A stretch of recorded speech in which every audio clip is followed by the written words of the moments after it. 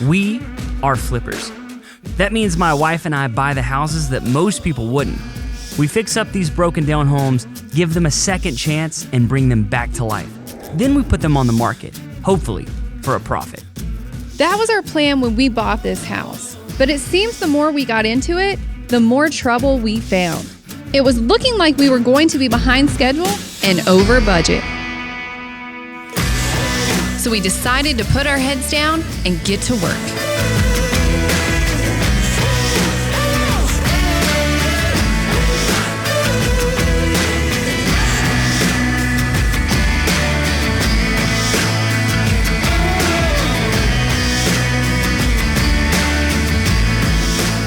And after all of that, we were able to finish the house and get it sold.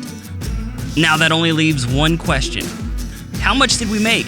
Well, stay tuned. Coming up, the breakdown.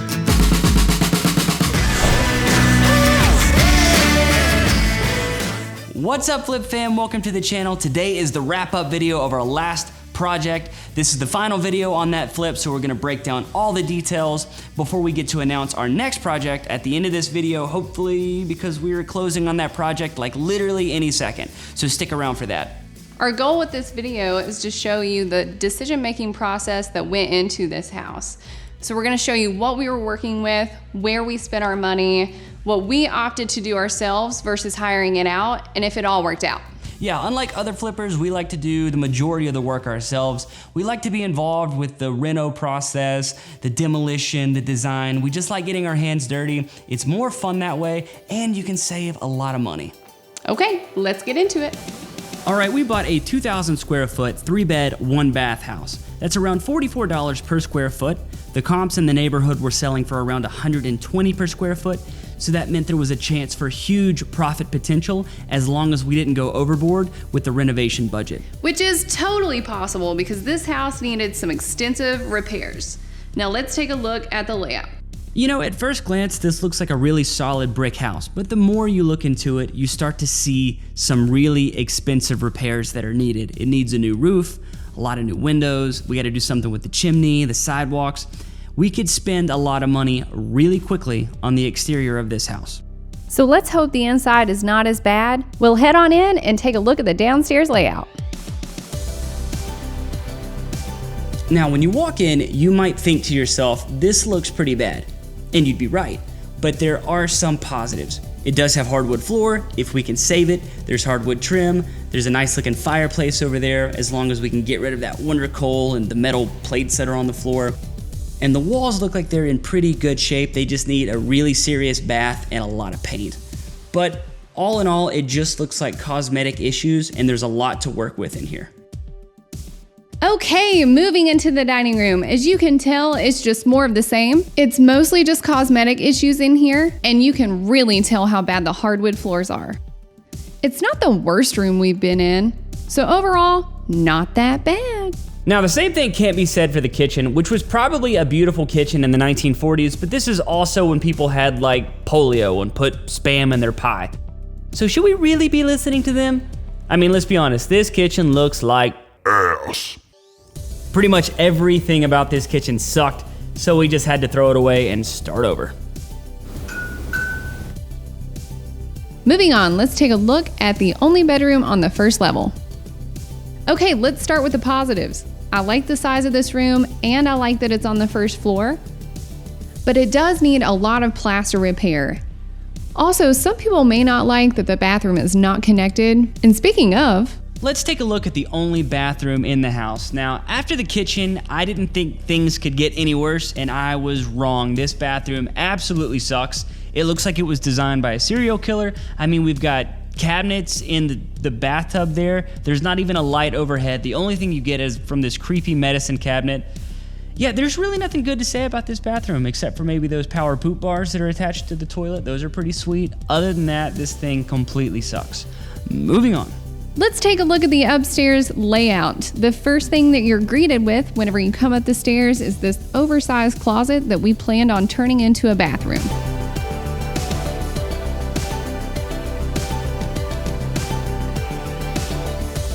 Okay, rounding off the upstairs layout, we've got 2 bedrooms. One is much larger than the other one. This would be a great bedroom or maybe a game room, a lounge area, something like that. And both of these bedrooms are in pretty good shape. There's a lot of stuff that hopefully we can reuse in here, like the wood doors, the floors, the wood trim. A lot of good, just mostly cosmetic updates. So all in all, not too bad for the upstairs. All right, time to get to work. First thing we did was take out a construction loan to replace the roof and the windows. This brought up our total to $109,000. These were 2 projects that we did not want to do ourselves. And the reason we did the construction loan was because these were fairly expensive projects. So it was like $20,000 for everything, or pretty close to it. And this kept us from having to dip into the cash we had on hand, and it freed up all that capital to use for other projects. And what better time to paint the exterior of this house when we knew we were going to be replacing the windows and the roof. We didn't have to be so careful spraying around those. Go after it. So we just thought, what better time? And it worked out great. Oh, and let me touch on this real quick, because I know every time we paint brick in a video, we get a few comments from people who are unhappy with the decision for us to paint brick.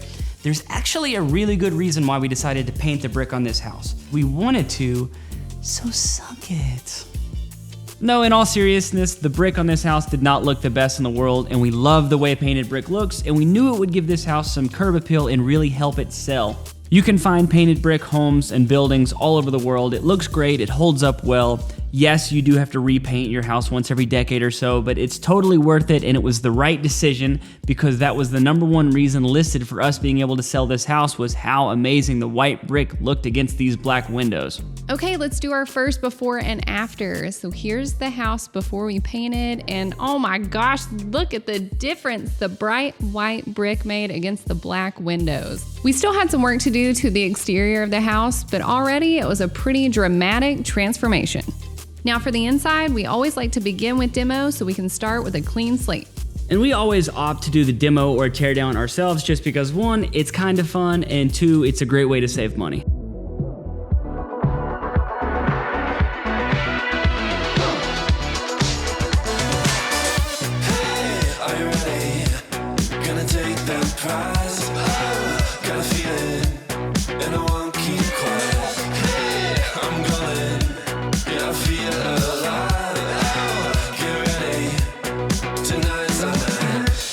All right, we got lucky when we lifted up the floor. We found that there was hardwood underneath, so that was gonna save us a ton of money if we could save them, but they were in pretty bad condition. And yes, Karen, before you comment, I promise we got asbestos tests on the linoleum, on the vinyl tile, and on the glue. We also did lead paint tests, so a few comments, so help me goodness.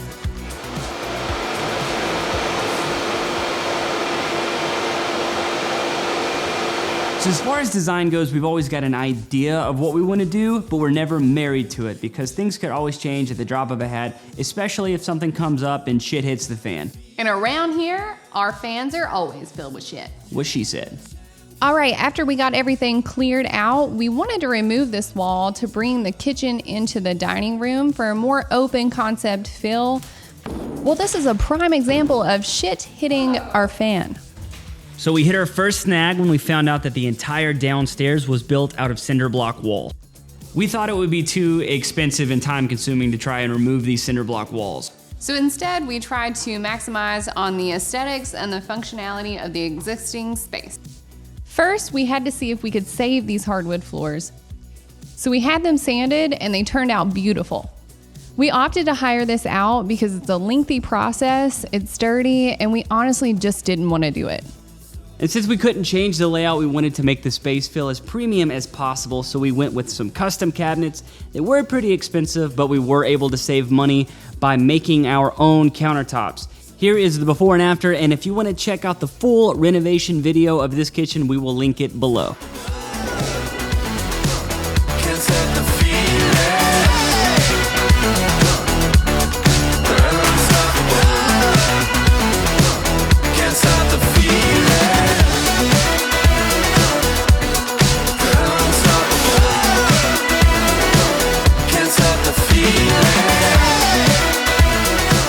So for the rest of the house, we were able to save all of the trim and the baseboards, but we did have to sand off all this thick old varnish so that the paint would actually stick and look smooth. And it really is amazing how a little paint can go such a long way in transforming a space. Just look how much more open and inviting everything looks with a little paint on the walls. We pretty much went with one paint color for the entire house. We chose Moonshine by Benjamin Moore. It's a beautiful gray color that feels a bit modern. It's also pretty neutral, so it would help us attract the most amount of buyers possible. We also painted the trim white so we could separate the walls from the floor and give us some nice color contrast, and it just looks amazing.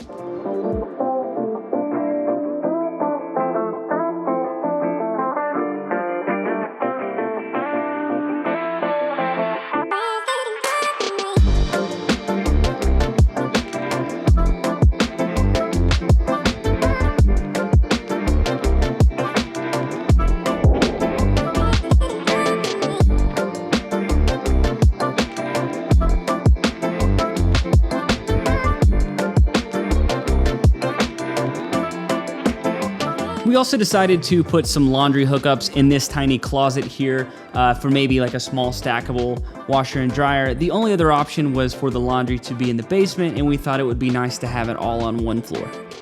The downstairs bathroom was a pretty intense renovation. That's mainly because whoever built this bathroom did not want it going anywhere.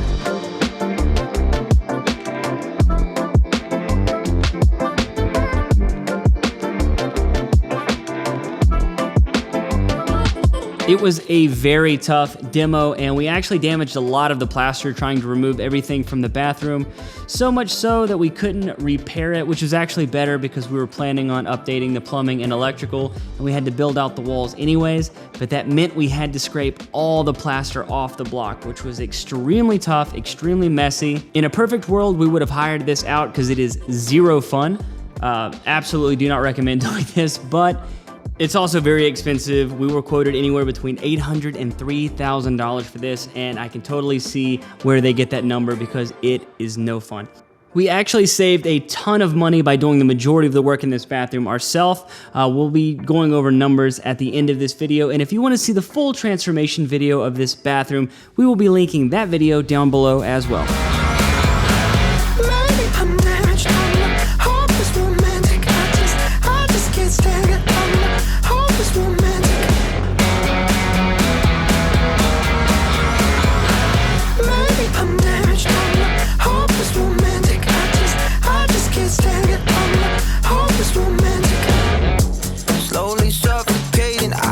Let's head back upstairs. Remember that closet we were going to turn into a bathroom? Well, we did it for $3,500. And it's a good thing that we did the majority of the work ourselves because we were quoted around $15,000.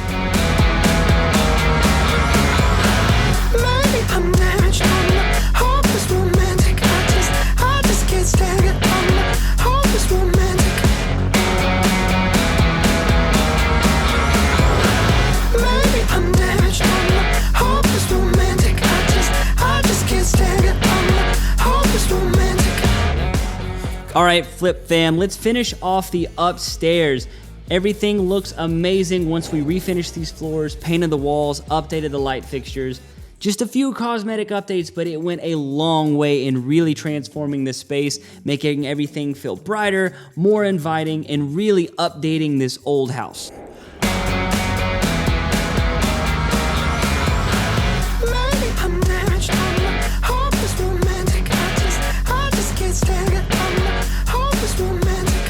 For the outside of this house, we really wanted to maximize the curb appeal, so we paid attention to offsetting all the white and black with the natural wood elements on the dormers. We painted all the sidewalks, and we added a lot of shrubbery to really make the outside of this house pop and draw a lot of attention from potential buyers. Baby, you're my secret feel. What's the point of trying? Talking my heart, baby, love to kill. And my heart broke like a million times. Yeah, I've been told like a billion lies, but I'll give it a trillion times.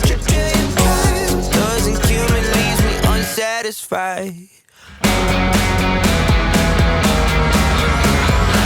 Maybe I'm natural, hopeless romantic. I just can't stand it. I'm hopeless romantic.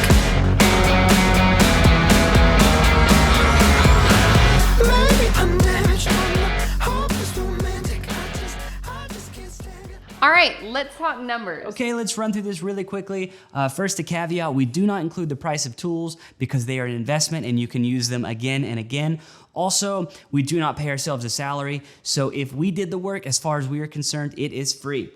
Okay, we bought the house for $89,000 and we sold it for $240,000. The cost of the renovations were $61,536. We only had to dip into our personal finances, $41,000, because of that construction loan, which means the grand total profit was $89,464. Call it 90 grand, and that is freaking awesome.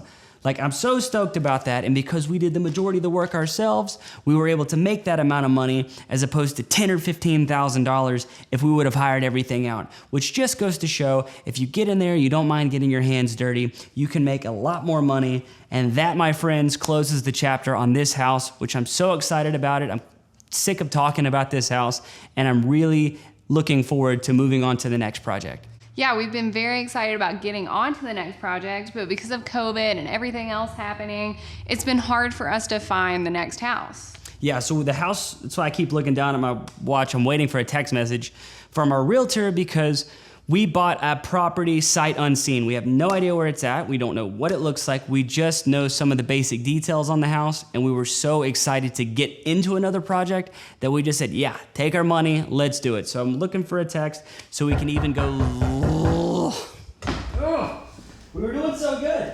Go ahead and hit stop on that recorder.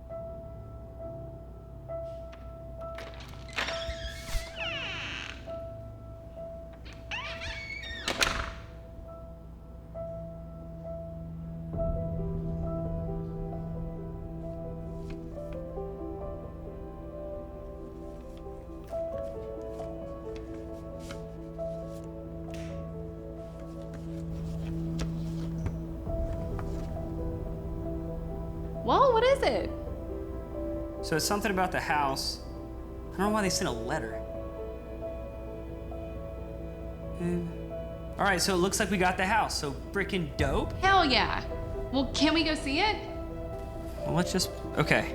Let me just punch in the address. Shit. What? That can't be right. That's really far.